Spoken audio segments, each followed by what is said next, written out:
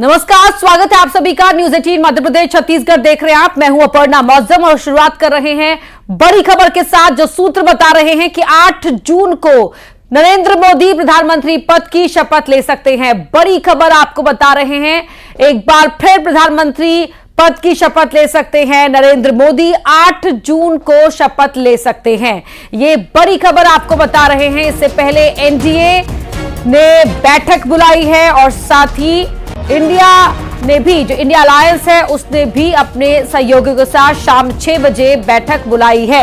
वहीं इस बीच ये खबर कि 8 जून को नरेंद्र मोदी प्रधानमंत्री पद की शपथ ले सकते हैं।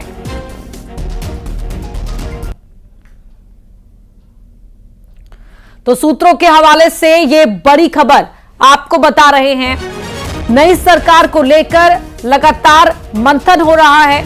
एनडीए के सांसद समर्थन पत्र सौंप सकते हैं राष्ट्रपति को। और अनूप गुप्ता हमारे सहयोगी दिल्ली से हमारे साथ लाइव जुड़ रहे हैं। अनूप, 8 तारीख को एक बार फिर प्रधानमंत्री पद की शपथ ले सकते हैं नरेंद्र मोदी, ये खबर सूत्रों के हवाले से। बिल्कुल, देखिए आपको बता दूं कि अभी की सबसे बड़ी खबर है जो सूत्रों के मुताबिक है कि 8 तारीख को शपथ ग्रहण समारोह होगा और प्रधानमंत्री के तौर पर नरेंद्र मोदी फिर से शपथ लेंगे, यानी कि तीसरी बार देश के प्रधानमंत्री बनेंगे। इससे पहले ही हमने बताया था कि 7 जून को 2 बजे एनडीए संसदीय दल की बैठक होगी और कह सकते हैं कि सभी सांसद जो जीत कर आए हैं उनकी बैठक होगी और औपचारिक रूप से उस बैठक में नरेंद्र मोदी के नाम पर सहमति जताई जाएगी। प्रधानमंत्री के तौर पर उनके नाम की प्रस्तावना आएगी, उसे पास कराया जाएगा। एक औपचारिकताएं हैं जिसको पूरा किया जाएगा और उस बैठक में न केवल सभी जो सांसद चुनकर आए हैं वो मौजूद रहेंगे, इसके अलावा एनडीए घटक दल के जो मुख्यमंत्री हैं, उप मुख्यमंत्री हैं और बड़े नेता हैं, वो उस बैठक में मौजूद रहेंगे। एक औपचारिकताएं वहां की जाएगी और उसके बाद 8 तारीख को शपथ ग्रहण समारोह होगा। यानी कह सकते हैं कि जिस तरीके से मैंडेट एनडीए के पक्ष में आया है उसको लेकर के अब सरकार बनाने की कवायद जो है वो तेज हो गई है। देखिए, अभी काउंसिल ऑफ मिनिस्टर्स की बैठक चल रही है और जो औपचारिकताएं हैं पिछली सरकार को लेकर के उसे पूरा किया जा रहा है। मंत्रिपरिषद भंग करने की सिफारिश की गई है। 4 बजे आज शाम को एनडीए की बैठक होगी और उसमें रूपरेखा कि किस तरीके से आगे बढ़ना है उस पर एक सहमति जताई जाएगी और उसके बाद 7 तारीख का दिन बहुत महत्वपूर्ण कहा जा सकता है और 8 तारीख को शपथ ग्रहण समारोह। जी बिल्कुल, 10 साल बाद ये कोलिशन की सरकार बनती नजर आ रही है। सभी से बात हो रही है अनूप, और हम देख भी रहे हैं कि सब ये चाहे जेडीयू हो चाहे टीडीपी हो, इनकी तरफ से कहा जा रहा है कि हम बीजेपी के साथ ही हैं। शिवसेना, अगर उद्धव गुट की बात करें महाराष्ट्र के नजरिए से, तो क्या वहां से भी कोई बातचीत की खबरें क्या बता रहे हैं सोर्सेज? हाँ, देखिए आपको बता दूं कि कॉलिशन की सरकार पहले से रही है। ऐसा नहीं है कि पहली बार बन रही है, क्योंकि पहली बार भी बीजेपी अपने घटक दलों के साथ ही सरकार में थी, दूसरे कार्यकाल में भी अपने घटक दलों के साथ थी और तीसरे बार भी अपने घटक दलों के साथ ही रहने वाली है। इसमें बहुत ज्यादा अंतर नहीं है। ये जाहिर सी बात है, जिस तरह से परिणाम सामने आए हैं उससे बीजेपी की सीटों में जरूर कह सकते हैं कमी आई है, जिसकी वजह से बहुत ज्यादा डिपेंडेंट होना पड़ रहा है अपने सहयोगी पार्टनर के साथ। लेकिन बीजेपी के पास, एनडीए के पास कह सकते हैं कि कंफर्टेबल मेजॉरिटी है और वो बहुत ही आराम से, आसानी से जो है वो सरकार बनाते दिख रही है। और आज 4 बजे जब बैठक होगी तो उसमें ये तय हो जाएगा कि आगे किस तरीके से सरकार बनाई जाएगी, क्या किन किन के खातों में क्या मंत्रिमंडल जाएगा, क्या चीजें आगे होगी। ये सभी चीजों पर आज जो है वो सहमति बना ली जाएगी और उसके बाद जो फॉर्मेलिटी और औपचारिकताएं हैं उसको पूरा किया जाएगा। जी बिल्कुल, सहयोगियों के साथ रही है सरकारें पिछले 2 बार भी अनूप, जिस तरह से आपने जिक्र किया और इसे एक्सप्लेन भी किया है। अगर हम यहाँ बात करें कि जो नंबर आए हैं उसके हिसाब से बीजेपी इस समय सहयोगियों पर निर्भर भी कर रही है। स्पीकर पद ऐसे कैलकुलेशन के हिसाब से काफी अहम हो जाता है। इसको लेकर क्या गुणागणित चल रहा है, क्योंकि अब कौन कैसे खुश होगा, कौन कैसे मांग रख पाएगा, ये भी परिस्थितियां काफी हद तक निर्णायक हो गई इस लिहाज से भी। जाहिर सी बात है, देखिए राजनीति में इस तरह की बातें होती है क्योंकि बीजेपी अकेले दम पर इस बार सरकार बनाने नहीं जा रही है। ऐसे में सरकार जो है वो टीडीपी और जेडीयू पर बहुत ज्यादा हद तक निर्भर होती दिख रही है। ऐसे में टीडीपी और जेडीयू क्या मांग करती है, कितने मंत्रालय की मांग करती है, क्या इसमें लोकसभा स्पीकर का पद भी होगा, ये सारी बातें जो हैं वो अभी चर्चा का विषय है। सूत्र बता रहे हैं कि टीडीपी की तरफ से 2 या 3 कैबिनेट मिनिस्टर की मांग की गई है, इसके अलावा लोकसभा स्पीकर पद की मांग की गई है। तो ये सारी बातें अभी हवा में हैं, अभी बैठकर किसी बात पर तय नहीं की गई है। और आज 4 बजे जब एनडीए की बैठक होगी तो उसमें बैठकर ये तय किया जाएगा कि क्या आगे फॉर्मेलिटीज होती है। लेकिन देखिए, किसको क्या मंत्रालय मिलना है, कितना मंत्रालय मिलना है, ये सब बात की बात है। पहले ये है कि सभी घटक दल अगर एकजुट होकर के अगर एनडीए की सरकार बनाते हैं तो इस पर आगे कैसे बढ़ना है, इस पर पहली प्राथमिकता है बीजेपी और एनडीए की कि किस तरीके से सरकार बनाई जाए पहले, उसके बाद सारी औपचारिकताएं पूरी कर ली जाएगी। जी अनूप, बहुत शुक्रिया आपका। आप नजर बनाकर रखिए, आगे भी आपसे जो तमाम हलचल होंगी उन पर अपडेट लेते रहेंगे। तो अनूप गुप्ता हमारे सहयोगी बता रहे थे किस तरीके से जो सोर्सेस बता रहे हैं कि दौड़ भाग मंथन का सिलसिला लगातार जारी है और प्रधानमंत्री पद की शपथ नरेंद्र मोदी एक बार फिर ले सकते हैं। 8 जून की तारीख निकलकर सामने आ रही है कि 8 जून को शपथ ली जा सकती है। यहां उससे पहले तमाम सहयोगियों से विचार विमर्श बातचीत जारी है, क्योंकि बीजेपी बहुमत के आंकड़े से दूर रही है इस बार। तो ऐसे में अपने सहयोगियों के साथ मिलकर एनडीए की जो सरकार बनने जा रही है, सहयोगियों की किस तरह से बीजेपी एडजस्टमेंट बनाती है, ये देखना दिलचस्प रहेगा और क्या फॉर्मूला बनाया जाता है। हालांकि एनडीए में सहयोगी टीडीपी और जेडीयू पहले ही साफ कर चुके हैं कि वो बीजेपी के साथ हैं। नीतीश कुमार भी आज दिल्ली पहुंच चुके हैं, बैठक में शामिल होंगे और सरकार तो बनेगी ही, ये नीतीश कुमार ने पत्रकारों के सवाल के जवाब पर कहा है। एक लाइन में अपना आंसर दे दिया है। इसके अलावा बीजेपी चुनाव जो बीजेपी की जो बैठकें हैं लगातार जारी हैं और एनडीए के जो तमाम नेता है वो आज मुलाकात भी करने वाले हैं। और टीडीपी चंद्रबाबू नायडू लगातार ये कह रहे हैं कि वो दिल से एनडीए के साथ हैं, बीजेपी के साथ हैं। 10 तारीख को प्रधानमंत्री नरेंद्र मोदी का पहले से ही एक विदेश दौरा प्रस्तावित है, इसलिए 8 तारीख की तारीख यहां पर कहा जा रहा है। तो एनडीए के नेता आज ही राष्ट्रपति से मिलेंगे, ये सूत्र बता रहे हैं। राष्ट्रपति को समर्थन पत्र सौंपेंगे। नीतीश और नायडू आज समर्थन पत्र सौंपेंगे। एनडीए के नेता आज राष्ट्रपति से मुलाकात करेंगे, राष्ट्रपति को समर्थन पत्र सौंपेंगे। किसी भी असमंजस की स्थिति ना हो, कोई भी अलग तरह की बयानबाजी ना हो, उससे पहले ये बेहद महत्वपूर्ण खबर हो जाती है कि स्टैंड क्लियर करने के साथ ही एक जो औपचारिकता होती है वो भी यहां पर पूरी होगी। समर्थन पत्र नीतीश और नायडू जो हैं वो राष्ट्रपति को सौंपेंगे। एनडीए के नेता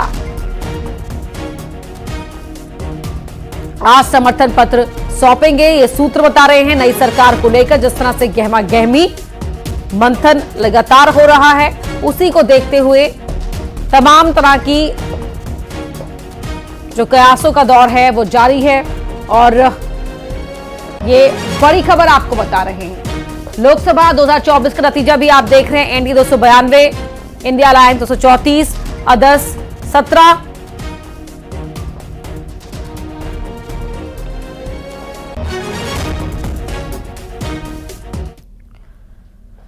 वहीं दिल्ली में होने वाली एनडीए की बैठक को लेकर चंद्रबाबू नायडू, जिन पर सभी की निगाहें हैं क्योंकि इस समय वो एक मजबूत पोजीशन में दिखाई दे रहे हैं सरकार बनाने को लेकर, उनका क्या कहना था ये वो आपको दिखाते हैं।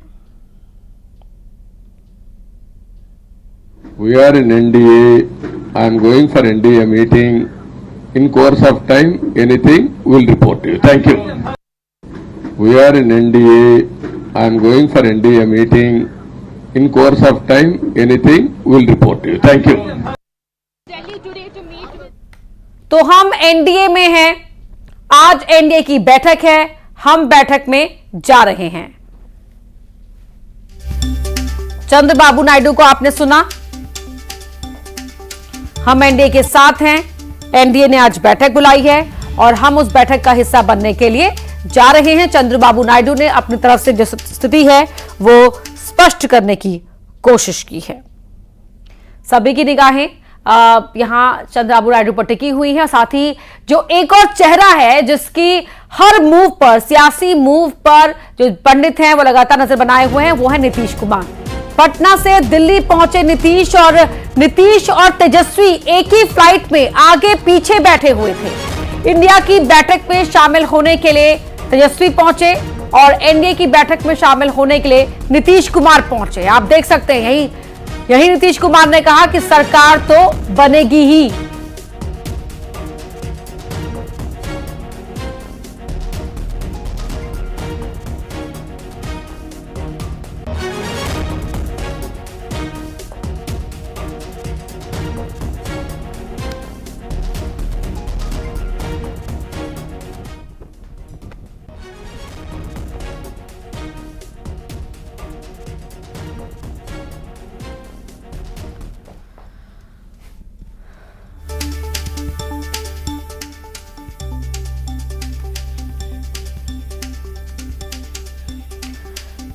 तस्वीरें आपको दिखा रहे हैं, आगे पीछे बैठे हुए हैं। आगे बैठे हैं नीतीश कुमार, पीछे बैठे हुए हैं तेजस्वी यादव और एक ही फ्लाइट से दोनों ही नेता यहां दिल्ली पहुंचे हैं।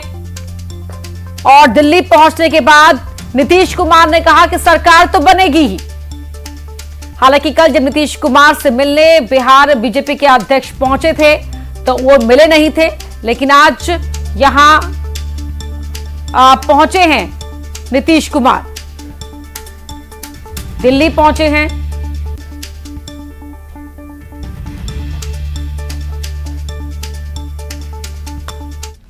सरकार तो बनेगी ही। सरकार तो बनेगी ही। सरकार तो बनेगी। वही छिंदवाड़ा की बात करते हैं। नतीजों के बाद छिंदवाड़ा पहुंचे कमलनाथ ने कांग्रेस की क्लीन स्वीप पर कहा कि पूरे प्रदेश में ऐसे नतीजों की समीक्षा होगी, पार्टी एक साथ बैठकर इन नतीजों पर विचार करेगी। इसके साथ ही कहा कि देश में कांग्रेस और इंडिया गठबंधन की स्थिति बेहतर रही है और नरेंद्र मोदी जो बोलते थे 400 पार, वो नहीं कर पाए।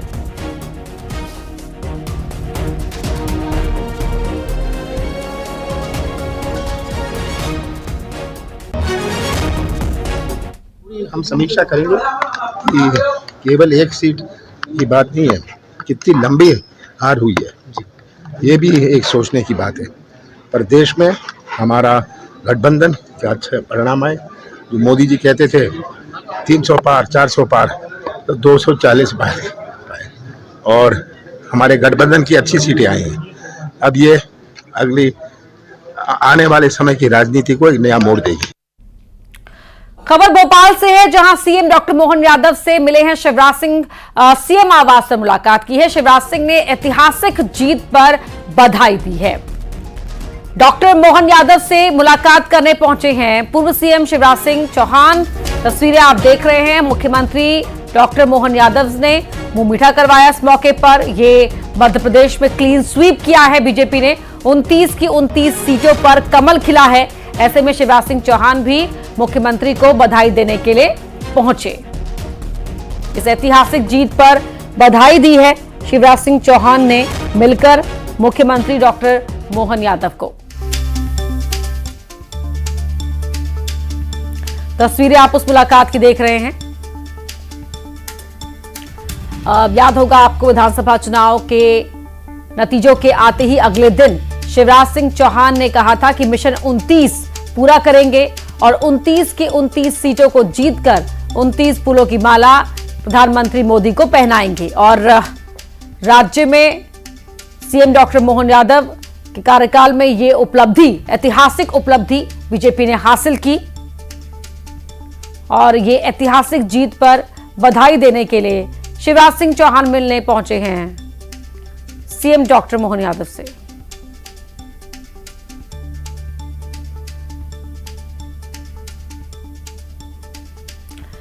तस्वीरें आपको उस मुलाकात की दिखा रहे हैं। हमारे दो सहयोगी हमारे साथ जुड़ेंगे इसी खबर पर ज्यादा बातचीत करने के लिए, उनके पास चलेंगे। छिंदवाड़ा पिछली बार एक सीट नहीं रही थी बीजेपी के पास, लेकिन इस बार छिंदवाड़ा भी जीत लिया बीजेपी ने। राजेश करमले, हमारे साथ जुड़े हैं छिंदवाड़ा से, और साथ ही शैलेंद्र चौहान भोपाल से हमारे साथ जुड़ गए हैं। शैलेंद्र, पहले इस मुलाकात के बारे में, शैलेंद्र भदौरिया नजर आ रहे हैं स्क्रीन पर। शैलेंद्र, इस मुलाकात के बारे में बताएं, कितनी देर ये मुलाकात चली और क्या बात हुई, क्या प्रतिक्रियाएं आई इस मुलाकात के बाद? देखिए, बिल्कुल जिस बात का आपने जिक्र किया कि मध्य प्रदेश में जैसे ही विधानसभा चुनाव के नतीजे आए थे उसके बाद पूरी मध्य प्रदेश बीजेपी मिशन 29 में जुट गई थी, और मुख्यमंत्री रहे शिवराज सिंह चौहान ने भी ये बात को कही थी कि एकमात्र सीट जो छिंदवाड़ा है उसको भी जीतने का लक्ष्य जो है इस बार बीजेपी ने रखा था, और पूरी बीजेपी उसमें जुटी रही। और यही कारण है कि जब बीजेपी अपने मिशन 29 में कामयाब हुई तो दो दिग्गज नेता यानी मुख्यमंत्री और पूर्व मुख्यमंत्री की दोनों की मुलाकात हुई, और दोनों की मुलाकात के साथ ही एक दूसरे को बधाई भी दी, क्योंकि मिशन 29 का जो नारा दिया था उसको सफल कराने में इन तीन नेताओं का बड़ा योगदान रहा हो, चाहे वह मुख्यमंत्री डॉक्टर मोहन यादव हों या फिर पूर्व मुख्यमंत्री शिवराज सिंह चौहान और इसके साथ ही प्रदेश अध्यक्ष BD शर्मा। जिस तरीके से छिंदवाड़ा में लगातार बीजेपी ने बैठकें की, तमाम नेताओं को जिम्मेदारियां दी, उसके बाद जो है वो मिशन 29 को पाने में कामयाब रही है। तो ये बेहद महत्वपूर्ण बैठक, माफ कीजिएगा, मुलाकात इसे कहा जा सकता है, क्योंकि देखिए ये हालांकि औपचारिक मेल मुलाकात है, क्योंकि देखिए मध्य प्रदेश में एक व्यापक जीत मिली है, तो ऐसे में एक दूसरे को मिठाई खिलाने के लिए लोग पहुंचे थे। और अभी भी अगर मैं आपको बताऊं कि बीजेपी के तमाम नेता एक दूसरे से मिल भी रहे हैं, मेल मुलाकात कर रहे हैं, और बधाइयों का भी तांता जो है वो लगातार चल रहा है। हम कुछ तस्वीरें भी आपको दिखाना चाहेंगे कि अभी मैं भोपाल सांसद आलोक शर्मा जी के आवास पर मौजूद हूँ, और यहाँ पर भी आप तस्वीरें जैसे देखेंगे तो जो बड़ी संख्या में कार्यकर्ता हैं वो यहाँ पर पहुँच रहे हैं और आलोक शर्मा जी को जीत की बधाई देने में लगे हुए, क्योंकि हो भी क्यों ना एक बड़ी जीत जो है वो मध्य प्रदेश में यहाँ पर मिली है। हम आलोक शर्मा जी से बात करने का प्रयास करेंगे कि सर, एक बड़ी जीत मध्य प्रदेश में, बिल्कुल देखिए आप तस्वीरों में देख सकते हैं कि जो बधाई देने का सिलसिला जो है वो लगातार यहाँ पर जारी है। आलोक शर्मा जी से बात करने का मैं प्रयास करूंगा। सर, एक बड़ी जीत मध्य प्रदेश में मिली, उसमें भोपाल भी एक बड़ा मार्जिन हुआ। देखिए, मध्य प्रदेश से पूरी तरीके से कांग्रेस साफ हो चुकी है। मध्य प्रदेश की जनता जनार्दन ने पूरी 29 की 29 सीटें भारतीय जनता पार्टी की झोली में डाली हैं।